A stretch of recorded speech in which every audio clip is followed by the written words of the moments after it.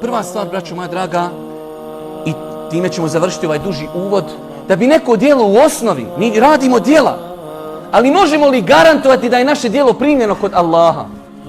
Da bi neko djelo bilo primljeno kod Allaha, mora se ispuniti 3 uvjeta. Prvo, da je čovjek musliman. Allah dželešanu kada govori o nevjernicima na sudnjem danu kaže: وَقَدِمْنَا إِلَى مَا عَمِلُوا مِنْ عَمَلٍ فَجَعَلْنَاهُ هَبَاءً مَنْثُورًا. Mi ćemo doći do njihovih djela i onda ćemo ih u prah i pepeo pretvoriti. Inne dine inda Allahi al-Islam. Kod Allaha, ne na dunjalu, kod Allaha nema druge vjere ispravne osim Islam. Pa prvo, da bi se djelo primilo kod Allaha je Islam.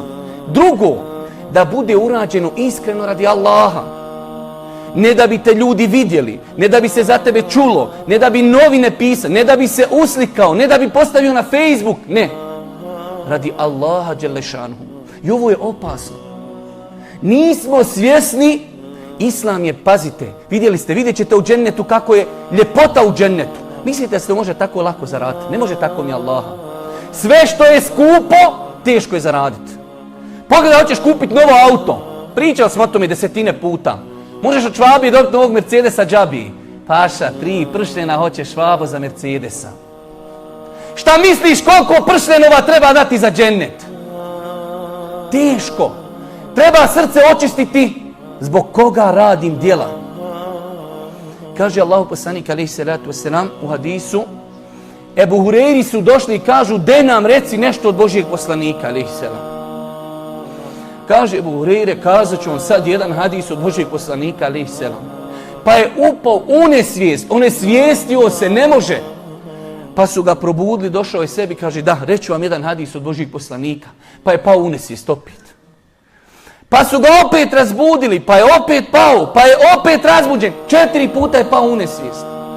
Kaže, rekao mi jednog dana Allahu poslanik alejhi salatu vesselam: "O Ebu Hureyre, znaš li ko su 3 osobe prve koje će biti bačene u džehennem? Prvi! Prije nego oni što nisu klanjali, prije onih koji su kamatu jeli, prije onih bludničara." Kaže, ko Allahu poslaniče? Kaže, čovjek koji je bio hafiz Kur'ana.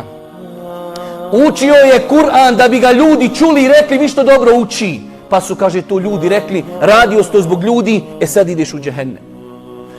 Muđahid na Allahovom putu, vi znate šta znači poginuti i dati život na Allahovom putu. Ali, kaže, on je se borio da bi ljudi rekli: "Hrabar." I, kaže, čovjek koji imao puno imetka, dijelio ga, ali ne radi Allaha. Dijelio ga da ljudi reknu: "Pogledaj kako on puno dijeli." Pa kaže, Allahu poslanik me udario po mojim stegnima i kaže: "Ebu Hureyre, to su 3 ljudi koji će prvi biti bačeni u džehennem." Pa je ovo veoma bitna stvar kada nešto radiš. Ne očekuj da ti komšije to vidi, niti tvoja djeca, niti tvoja supruga, niti da postaviš sliku na Facebook, već da to zna uzvišeni Allah subhanahu wa ta'ala. I 3. stvar da bi djelo bilo primljeno kod Allaha jeste, braćo moja draga, da bude u skladu sa sunnetom. Ne može čovjek raditi djela koja nisu propisana vjerom. Kaže Allah poslanik: "Men ahdefe fi emrina hada ma laysa minhu fa huwa rad." Onaj ko uvede i uradi nešto u vjeri što nema osnove, to će mu biti odbijeno.